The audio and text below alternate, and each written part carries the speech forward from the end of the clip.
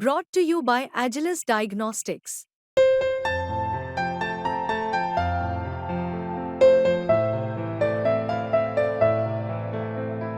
Agilus Diagnostics. Sindhudurg जिल्ह्यातल्या सावंतवाडीतल्या जंगलात एक महिला लोखंडी साखळीने बांधलेल्या अवस्थेत आढळली आणि देशभर खळबळ उडाली। ही महिला नेमकी कोण आहे, तिला या जंगलात साखळीने नेमकं का आणि कोणी बांधलं, किती दिवसांपासून ती या अवस्थेत होती, या सगळ्या प्रश्नांचा खुलासा आता झालाय। या प्रकरणात नेमकं काय आणि कसं कसं घडलं जाणून घेऊयात पुढील काही मिनिटात या व्हिडिओच्या माध्यमातून। नमस्कार, मी छाया आणि आपण पाहताय मुंबई तक। सिंधुदुर्ग जिल्ह्यातल्या सावंतवाडीतील रोणापाल सोनुर्ली गावाच्या मध्यभागी कराडीचे डोंगर आहेत। या डोंगरातील जंगलाच्या परिसरात शनिवारी म्हणजे 27 जुलैला सकाळी काही गुराखी आणि शेतकरी गुरं चारण्यासाठी गेले। या परिसरात गेल्यावर त्यांना अचानक महिलेच्या किंकाळ्या ऐकू आल्या। तो आवाज ऐकल्यानंतर त्या सर्वांनी त्या दिशेने शोधाशोध सुरू केली आणि त्यानंतर त्यांना जे काही दिसलं त्याने सगळे गुराखी घाबरून गेले। त्या जंगलात एका झाडाच्या बुंध्याला एका महिलेच्या पायाला साखळदंड बांधून ठेवण्यात आलेलं होतं। जेव्हा गुराख्यांनी त्या महिलेला पाहिलं तेव्हा तिची वाईट अवस्था होती। त्यामुळे त्यांनी लगेचच पोलीस आणि गावकऱ्यांना या संदर्भात माहिती दिली। पोलिसांनी घटनास्थळी धाव घेत त्या महिलेला सावंतवाडी उपजिल्हा रुग्णालयात दाखल केलं। मागील 3 दिवसापासून ती महिला त्या जंगलात होती। जेव्हा पोलिसांनी तिला रुग्णालयात दाखल केलं तेव्हा 3 दिवस उपाशी असल्यामुळे ती बोलण्याच्या मनस्थितीत नव्हती।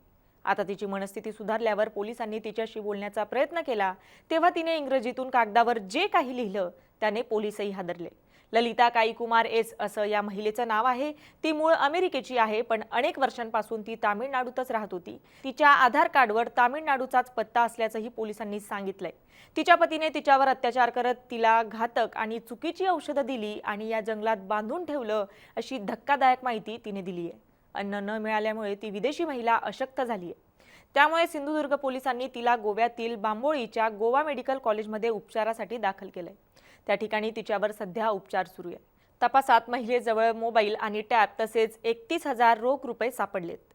पोलीस मोबाईलच्या मदतीने अधिक तपास करण्याच्या प्रयत्नात आहेत। या प्रकरणात आता अमेरिकन दूतावासानेही दखल घेतली आहे। घटनेचा सखोल तपास करण्याची मागणी अमेरिकन दूतावासाने केली आहे। आंतरराष्ट्रीय स्तरावर या प्रकरणाची दखल घेतल्याने पोलिसांनी तपासाची चक्रे जोमाने फिरवण्यास सुरुवात केली आहे। या महिलेकडे सापडलेला पासपोर्ट अमेरिकेचा असल्याचंही आता समोर आलंय।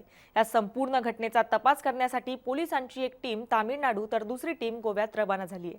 गोव्यात मोठ्या प्रमाणात परदेशी पर्यटक येत असतात, त्यामुळे गोव्यात देखील याचा तपास केला जाणार आहे। तसेच ही महिला गेल्या 10 वर्षापासून तामिळनाडूत वास्तव्यास असल्याने तिथेही तपासाच्या दृष्टीने पोलीस दाखल झालेत।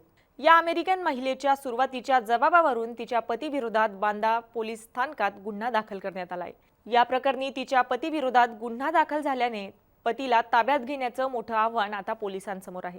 सिंधुदुर्ग पोलिसांची 2 पथके तामिळनाडूतल्या तिच्या मूळ पत्त्यावर तपासासाठी गेली असून तिथल्या तपासानंतर अधिक माहिती समोर येणार आहे। तर पतीला ताब्यात घेतल्यावर त्या महिलेला कधी व का बांधण्यात आलं या प्रश्नाचं उत्तर उलगडणार आहे।